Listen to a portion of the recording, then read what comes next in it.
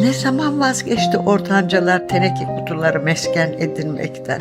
O uzak kentlerdeki karmaşada her şeye karşın yeniden tomurcuklanan yaşam sevinçlerine yer kalmadı mı? Gökdelenlerin gölgesinde başını kaldıramıyor mu kır çiçekleri?